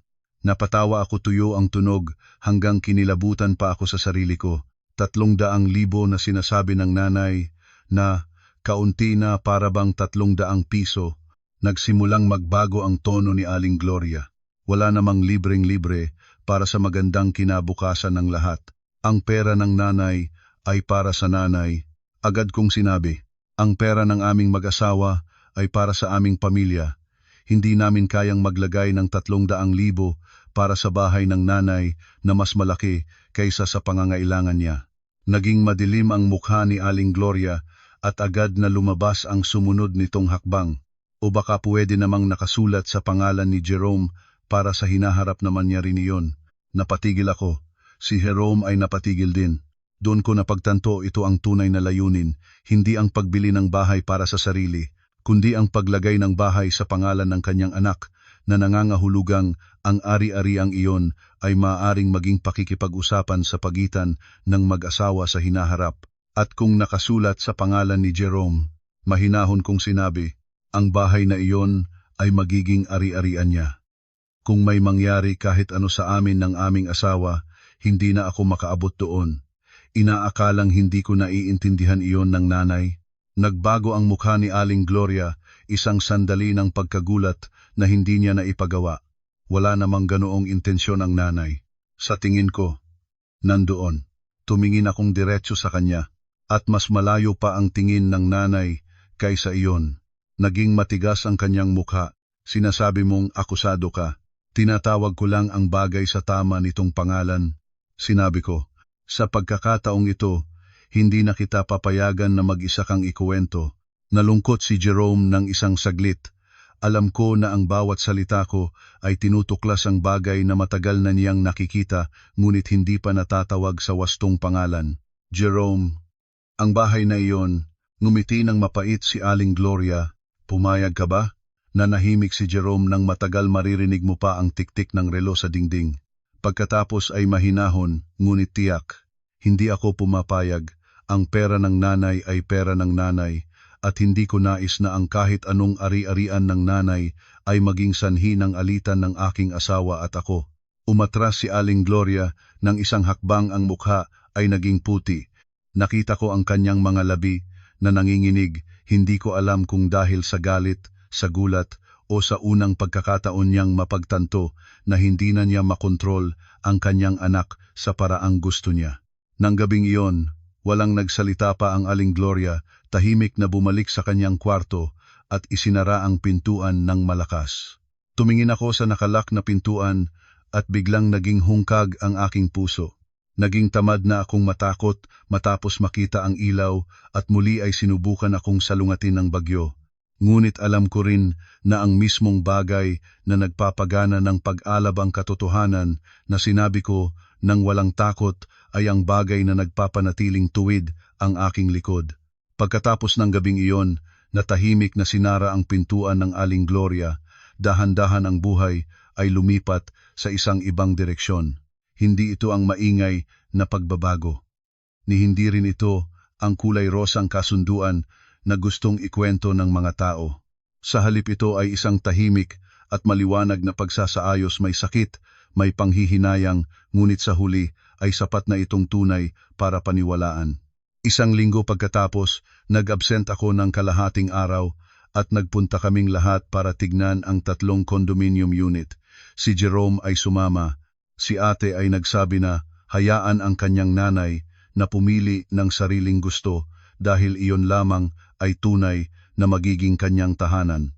Piling-pili ang Aling Gloria ng maingat at detalyado. Sa wakas ay pinili niya ang isang 2 silid tulugan sa Mandaluyong halos 15 minutong biyahe mula sa aming tahanan. Hindi malaki ang unit ngunit maliwanag at tahimik, malapit sa palengke, malapit sa ospital, may guwardiya sa lobby, may mini supermarket sa ibaba. Ang pinakamahalaga ay ang halaga ay eksakto sa budget ng Aling Gloria at pagkatapos ng pagbabayad ay may matitira pa ring ipon para hindi siya maabalang matigil. Nang araw ng pagpirma ng kontrata, matagal na nakaupo ang Aling Gloria bago niya hawakan ang bolpen. Nakatayo akong sa tabi at tinitingnan ang kanyang kamay na bahagyang nanginginig. Pumirma na, nanay. Sinabi ko, tumingin siya sa akin. Ito ay nakasulat sa aking pangalan lamang. Sumagot ako. Ang bahay na ito ay bahay ng nanay. Ang buhay na ito ay buhay ng nanay. Ilang segundo pang tinitingnan niya ako at pagkatapos ay yumukod at pumirma. Ang tinta sa papel ay dahan-dahan ngunit tiyak. Sa sandaling iyon, naramdaman ko na bahagyang gumagaan ang loob ko. Hindi dahil nanalo ako. Hindi rin dahil natalo siya. Kundi dahil pagkatapos ng lahat ng pakikibaka, lahat ng bagay ay nakabalik sa tamang lugar nito. Ilang araw pagkatapos, bigla na niyang ibinigay sa akin ang isang passbook at isang sobre. Ibabalik ko ito. Nagtataka akong tumingin. Ibabalik ang ano? Ang perang ginastos ninyo nang nasa ospital ang aking anak, ang bayad sa apartment bago kayo lumipat, at ang bahagi ng pagkukumpuni sa silid na ginamit ko sa inyong bahay. Nanatili akong tahimik habang tinitingnan ang sobre sa aking mga kamay, hindi dahil sa dami o kaunti ng nasa loob, kundi dahil sa loob ng maraming taon. Ito ang unang beses na nagbalik ang Aling Gloria ng kahit anong bagay sa akin sa paraang tapat, walang pagmamalaki, walang pakikipagpalitan, walang presyo. Hindi ko kailangan ng lahat. Sinabi ko, para itago na ng nanay, para sa sariling pangangailangan. Umiling siya. Ang akin ay akin, ang utang ay utang ko. Nagdalawang diwa siya at pagkatapos ay mahinahon ang boses. Ang ibang utang siguro ay hindi masasayod kahit buong buhay. Hindi ako nagsalita. May mga hiling na paumanhin na napakatagal nang dumating na kapag narinig mo ay hindi agad nagpapainit ng puso. Ngunit alam ko na ang Aling Gloria ay nagsisimulang tumingin ng tapat sa utang na iyon. Nang araw ng paglipat sa bagong bahay, malakas ang araw, si ate ay nag-volunteer na mag-abit. Nang araw ng paglipat sa bagong bahay, malakas ang araw, si ate ay nag-volunteer na mag-abit ng kurtina, si Jerome ay nag-ayos ng estante sa kusina. Nagpunasan ako ng mesa at naglagay ng ilang plato at baso sa aparador. Ang maliit na unit ay unti-unting naging may pakiramdam ng taong naninirahan. Sa sala, nagbitin si Aling Gloria ng isang larawang pampamilya na kinuha sa isang espesyal na okasyon. Sa larawan, nakatayo siya ng bahagyang hiwalay, ngunit nandoon siya pa rin. Sa iisang frame kaming lahat. Pwede ba itong ilagay dito? Tanong niya. Tumingin ako sa larawan at tumango. Pwede. Bago kami umalis ng hapon, niyakap ng aming anak na si ate ang kanyang lola, isang simpleng yakap, ngunit ang una itong inisyatibo ng bata. Lola, kung may kailangan tawagan mo ako. Namula ang mga mata ng Aling Gloria, ang kamay niya ay mahinahon na hinagod ang buhok ng kanyang apo. Oo, alam ng lola. Sa daan pa uwi, mabagal ang pagmamaneho ni Jerome. Maingay at masaya pa rin ang lungsod sa labas. Nakaupo akong sa tabi niya, tinitingnan ang mga puno na unti-unting naiiwanan sa bintana. Kumusta ang pakiramdam mo? Tanong niya. Parang okay. Sagot ko. May hinanakit ka pa ba sa nanay? Nanahimik ako saglit bago sumagot. Ang pagpapatawad ay hindi nangangahulugang pagkalimot. Ayaw ko na lang namumuhay sa galit. Hinawakan niya ang aking kamay, mahigpit ng bahagya. Alam ko na ang aming kwento ay hindi ang uri ng maliwanag na dulo kung saan lahat ng puting marka ay naglaho. Hindi ang naganap sa loob ng maraming taon ay nandoon pa rin. Ang mga gabing mag-isa ko na nagpuyat sa aking maliit na apartment, ang mga sandaling naramdaman ko na may kulang sa akin, ang pag-asa na sa wakas ay natagpuan ko ng isang maaasahan, lahat ng iyon ay tunay. Ngunit may natutunan akong isang bagay sa lahat ng nangyari. Hindi pa kami nagkakasalita noong gabi na iyon, nang bumalik kami mula sa bahay ng mga magulang ni Jerome. Nakaangkla pa rin sa aking isipan ng lahat ng nakita ko, sa silong ang babae na nakatali, ang mga mata niya, ang munting papel na ibinigay niya. Kinagabihan ng iyon, nang matulog na si Jerome, maingat akong bumangon at pumasok sa banyo. Isinara ko ang pinto. Sa ilalim ng maputing ilaw ng banyo, dahan-dahan kong inilabas ang munting papel mula sa aking manggas. Binuksan ko ito. Isang linya ng sulat, hindi tinta. Ang kulay ay kayumanggi na pula na natuyo na. Iha, hindi baliw si ate, may bangkay sa loob ng dingding saklolo. Ang aking mga tuhod ay naging malambot. Ito ang katotohanang kailangang harapin ko. Hindi ko pa ito sinabi kay Jerome, hindi ko pa ito sinabi kanino man. Ngunit hawak ko ito sa aking mga kamay, ang isang piraso ng katotohanan na nagpapabago ng lahat. Nilunok ko ng maraming beses bago dumating sa isang desisyon. Kung totoo ang mensaheng ito, kailangan ko ng tulong. At ang tulong na iyon ay mula sa tanging lugar na maaasahan sa ganoong sitwasyon. Kinabukasan, nag-absent ako mula sa trabaho sa dahilang pagod. Nang umalis si Jerome, nagbihis akong mabilis at lumabas ng apartment, kumuha ng taxi. Sa pinakamalapit na istasyon ng pulisya, sabi ko sa driver, sa buong biyahe, hawak-hawak ko ang aking bag na may kasamang ang munting papel na nakabalot ng maingat sa isang linis na tela.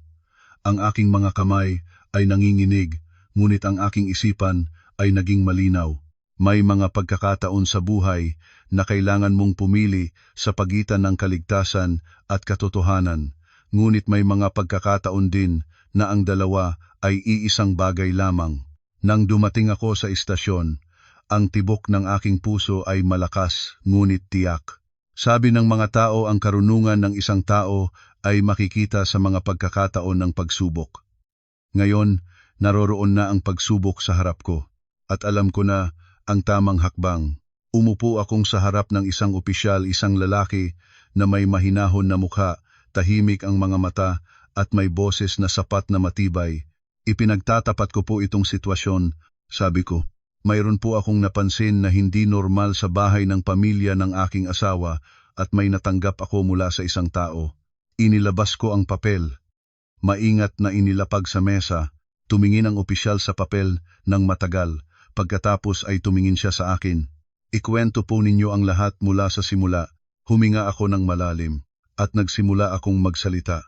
Ito ang punto kung saan ang kwentong ito ay hindi pa tapos, sapagkat ang katotohanan, kapag nagsimula na itong lumabas, ay hindi na maaaring ibalik sa kadiliman. Ang mga nagtatagong lihim ay may sariling bigat, at ang bigat na iyon ay palaging naghahanapin ng paraan para mabasto ang labas. Para sa babae na nakatali sa silong ng bahay na may malawak na hardin sa labas ng lungsod ngayon, ay nagsisimula ang pag-asa. Para sa akin nagsisimula ang pinakamahalagang paglalakbay ng aking buhay. Hindi ang paglalakbay patungo sa kapayapaan ng pamilya, kundi ang paglalakbay patungo sa katotohanan. Ang kwentong ito ay haka-haka batay sa mga emosyon at sitwasyong matatagpuan sa totoong buhay. Ang mga karakter ay hindi kumakatawan sa kahit sinong partikular na tao sa tunay na buhay.